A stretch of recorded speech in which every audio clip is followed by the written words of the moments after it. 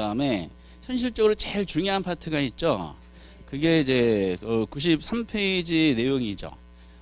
이게 옛날도 아니죠. 출제원이 이쪽을 강조하고 싶을 때는 93페이지 한 페이지밖에 안 되는데 요거를 알아야지 풀 수 있는 문제가 5문제가 나온 사례도 있어요. 이거 관계되는 게 우선은 이제 투자가 개념이 현재 현금 지출과 미래 현금 유입을 서로 교환하는 행위라 그랬죠.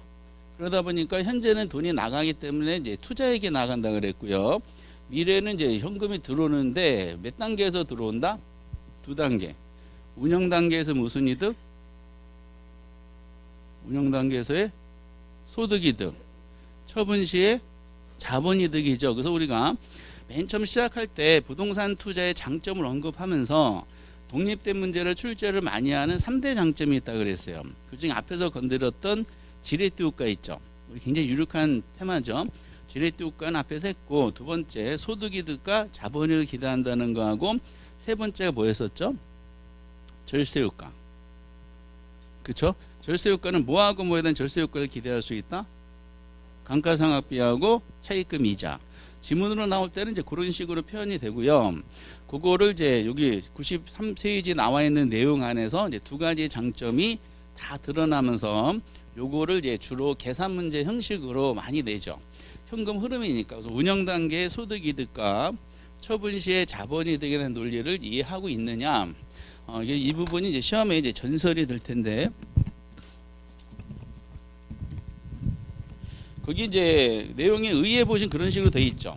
운영당의 소득이득과 처분시의 자본이득인데 로마자 2번에 영업현금 흐름 추정, 즉 소득이득에 대한 논리가 쭉 나오죠. 그 페이지가 이제 내용이 얼마 이제 안 되는 건데, 그 소득이득 흐름은 이제 얘네들의 별표를 다 쳐주시라 그랬어요. 그 완벽하게 지금 요거는 기억하고 계시죠? 예. 취득. 취득 운영 처분이라는 투자 3단계는 계속 끌고 다니는데 취득 단계에서는 돈이 나가죠.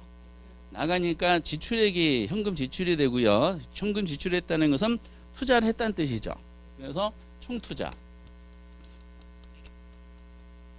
다만 이게 이제 투자로는 거의 총투자로 내지만 이게 용어가 통일이 안 됐다 그랬어요. 그래서 총자산으로 표현하는 경우도 있고요. 회계학적으로. 근데 나중에 감정평가 들어가면은 총투자가 뭘로 바뀌냐면은 부동산 가격으로 바뀌어요. 그러니까 앞으로 이제 투자 금융 감평이라는 세 군데를 공부하실 때는 총투자, 부동산 가격, 총자산은 다 똑같은 의미다라고 해주셔야 돼요.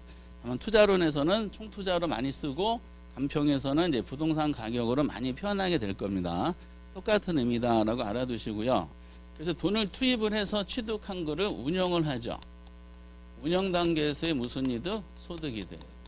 이거를 책에 나온 것처럼 영업 현금 흐름이다라고 하죠. 그래서 취득 운영 다음에는 뭐죠?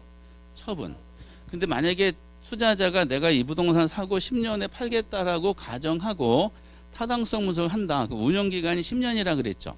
그 10년 동안의 임대 소득을 추정할 텐데 이걸 10년치 한꺼번에 계산하는 것이 아니라 몇 년 단위로? 1년 단위 계산하는 거예요. 1월 1일부터 12월 31일까지의 추정액이야 실제액이야? 추정액이죠. 이건 다 미래니까 저거 사서 내가 1년치 운영하면 이 정도 나올 것이다 라고 추정하는 거면서 이거는 1월 1일부터 12월 31일까지의 이제 1년 동안의 임대소득을 추정하는 것이고, 그래서 10년 동안 보유하겠다 그러면은 10년치 소득이득 현금흐름표를 이제 작성하게 되는 겁니다. 그래서 이제 운영 단계에서 거기 등장한 것처럼 제일 먼저 논하는 것이 소득을 이제 우리가 끄집어내야 되니까 무슨 소득이 나와요? 가능총소득이 나오죠. 모든 게 다 여기서부터 출발하는데 이 가능총소득을 이제 주어지는 경우도 있지만은 대부분은 도출하게 해줘. 시험 문제의 어떤 성질을 맞추기 위해서 얘는 단위당 임대료가 주어져요. 그래서 뭐 한실당 얼마다, 1제곱미터당 얼마다로 주어진 다음에 여기다가 이제 임대 단위수가 주어져요. 한실당 얼마다 그러면은 임대 공간이 몇 실이다 이런 식으로 하거든요. 그냥 임대 단위수하고 단위당 임대를 곱하면은 그냥 가능 총소득이 나오게 되는 겁니다. 요거를 이제 그래서 항상 임대료를 통해서 도출하는 것이 이론상 볼 수 있는 최대 소득, 가능 총소득이고 현실은 다 달성하기 어렵죠. 1년이란 기간 동안에 임대를 못해서 남아있는 사무실이 있겠죠. 그걸 뭐라 그래요? 공실이 이제 빠지죠. 공실료는 주어져요. 또 하나는 이제 임대를 했는데 결과적으로 임차인이 임대료를 못 내서 사고 터지는 것이 있겠죠. 그걸 대손이라 그래요. 그럼 투자자는 이제 내가 이걸 임대할 때 임대료를 못 받을 것이다 라는 대손에 대해서 미리 준비를 합니다. 그래서 이거 대손 충당금이라 그래요. 회계학적으로. 이 대손이 못 받는 거니까 불량부채라고 표현하기도 하더라고요. 그래서 불량부채 충당금 또는 대손 충당금. 근데 우리나라는 부동산 쪽은 이제 대손 충당금 역할이 임대 보증금이 하기 때문에 보통 안 주어지는 게 일반적이고요. 지문으로만 등장한 보통 공실률이 얼마다라고 해요. 공실률은 반드시 주어져야 돼. 반드시. 그리고 이제 여기다가 임대 공간 이에 받는 수입이 있죠. 기타 수입. 책에 있듯이 많이 내지는 않는데 뭐 주차장 수입, 뭐 자판기 수입 뭐 이런 식으로 해서 약간 이제 소개한 적이 있었어요. 그래서 이제 가능 총소득에다가 공실 빼고 기타 소득 더하면은 이걸 영업의 수입이라 그러기도 하고요. 현실적으로 나타나는 총소득이 있죠. 유효 총소득이 이제 등장을 하고 여기까지 일사천리죠. 이게 쉬워요. 소득 탄력성이 쉬워요. 이게 쉬워요? 아주 진정한 맛을 못 봐서 그래서요. 그 다음에 이제 임대하다 보면 각종 경비가 들죠. 그 영업 경비가 이제 발생을 하고요. 이게 이제 첫 번째 에이스가 등장을 합니다. 영업 경비. 그래서 밑에 보면은 이제 영업 경비에 포함되는 게 있고 포함 안 되는 게 있어요. 반드시 보셔야 되는데 경비 부분에 책에 있는 거 그대로 표현했어요. 그래서 특히 영업 경비에 포함 안 되는 거를 포함되는 거야 뭐 확인하면 되는 거니까 포함 안 되는 거를 반드시 이제 보셔야 돼요. 이게 굉장히 중요한 내용이고요. 포인트가 될 겁니다. 그러면서 이따가 이제 영업 경비 말씀드리고 이제 순수한 임대 소득이 나오죠. 순영업 소득이 등장을 해요. 그래서 가위순까지가 이제 나왔는데 문제는 이 가능 총소득에서부터 순까지 도출하는 과정 중에 마이너스가 두 개가 있잖아요. 이 마이너스 두 개는 반드시 고려해 줘야 될 필수적 비용이라 그래요. 그러니까 이 총투자에는 내 돈만 가지고 투자한 경우도 있을 수 있겠지만은 지렛대 효과를 이제 도모한다 가정했을 때 저기는 내 돈도 있고 은행 돈도 있어요. 그래서 투자자들이 같이 공통으로 부담해야 될 두 개 비용이 공실하고 경비 부분이 되는 겁니다. 그럼 순영업 소득 나왔으면은 여기까지가 이제 총투자랑 비교되는 대상 소득이라는 거를 머릿속에서 반드시 이제 알고 계셔야 돼요. 그래서 나중에 이제 투자 분석할 때 굉장히 용이하게 나오죠. 공식을 암기할 필요 없어요. 그럼 순수익까지는 총투자 논리였으니까 그 다음부터는 이 순수익을 서로 투자자끼리 나눠 먹어야 되는데 누가 먼저 배당받아요? 은행이 먼저 배당받아야 되죠. 그래서 이 저당 투자에 대한 몫을 이제 공제해 줘야 돼.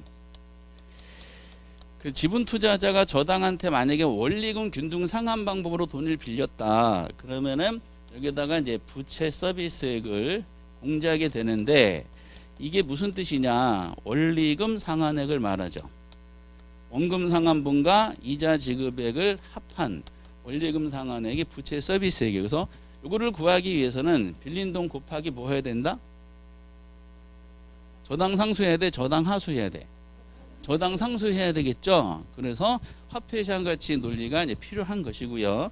그래놓고 이제 은행 몫을 다 털어냈으면은 이제 내 몫이 나온다 그랬죠. 지분 투자에 대한 내용이 이제 이렇게 등장을 하게 됩니다.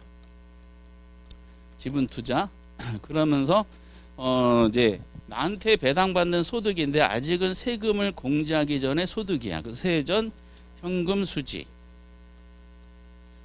세전 현금 흐름 그냥 퉁쳐서 세전 소득하는 경우도 있어요. 근데 원어가 이제 비포 텍스 캐시 플로로 이제 하기 때문에 현금 흐름 또는 현금 수지로 많이 이제 번역해서 쓰고 있고요. 그런 다음에 이게 여기 두 번째 또 중요한 에이스가 있죠. 요즘에는 경비가 강조되면서 이쪽이 좀 한동안 소홀히 되고 있는데 이 소득세가 이제 엄청 중요합니다. 소득세. 그래놓고 은행 것 다 털어내 은행 것이 아니라 이제 대출 세금 다 털어내면은 이제 가처분 소득에 해당하는 세금까지 다 공제한 세후 현금 수지가 즉 세후 소득이 딱 등장을 해요. 가이순까지는 총투자 논리인데 세전 있죠. 세금 붙어 있는 세전과 세후는 무슨 투자랑 비교하셔야 돼?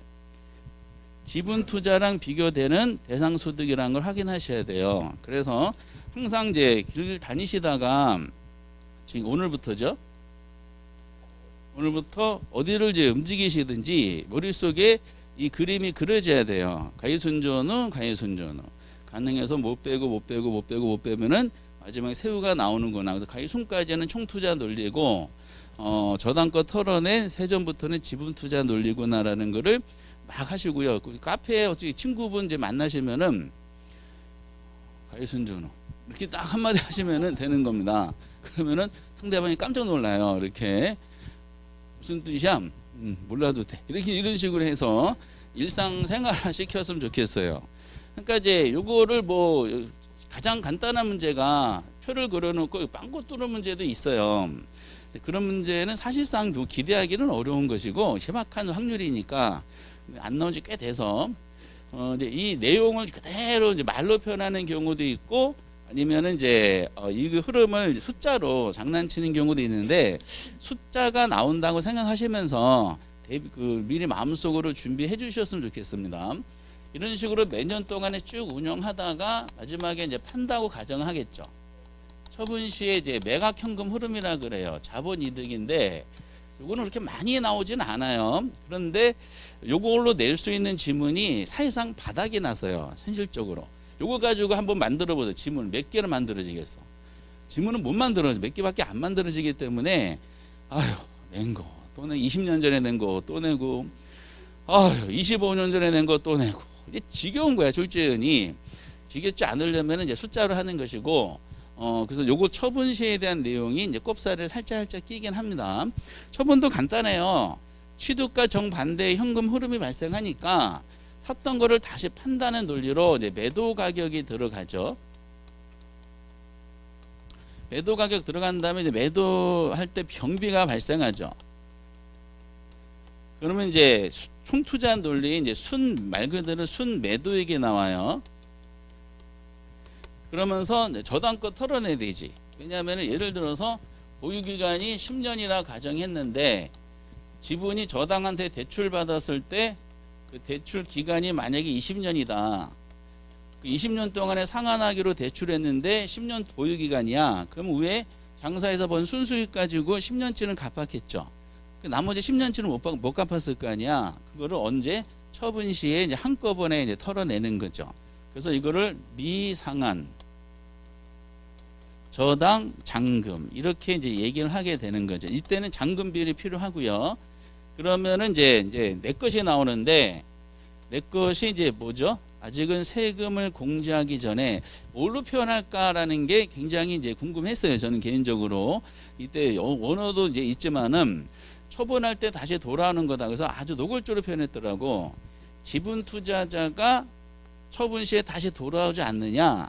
지분 투자 복귀액. 너무 길죠? 그래서 그냥 지분 복귀액이라고 쓰기로 거의 약속을 한 것 같아요. 이게 많이 나왔으면은 통계적인 이해에서 가장 일반화된 용어를 이제 우리가 준비하면 되는데 세전 지분 복귀액으로 나오기도 했고 세전 매각 대금 이렇게 낸 적도 있기 때문에 이렇게 우선 알아두시고요. 그럼 세금을 공제해야 되죠. 자본이득세지. 이것도 이제 원호선 캐피탈 게인 텍스이기 때문에 자본이득세라는 표현을 많이 써요. 근데 얼마 전에 3년 전인가 2년 전에 이걸 뭐로 내냐 양도소득세로 나왔죠. 처분 시에 이제 양도소득세가 우리가 자본이득세 논리가 나옵니다. 그러면은 세금까지 털어냈으면은 말 그대로 세금까지 다 공제한다면 이제 가처분 소득인 세후 지분 복귀액이라는 논리가 딱 등장을 하게 돼 있어요. 그래서 이제 가이순전후 중심을 하시고요. 처분 시에는 순 매도액과 세전 지분 복귀액 사이에 미상한 저당 잔금의 존재가 있구나. 흐름에 의해서만 알아두셔도 큰 지장이 없어요. 별거 없는 내용이야. 이게 이거 가지고 그냥 30년 이상을 낸 거야. 그냥 낸 거.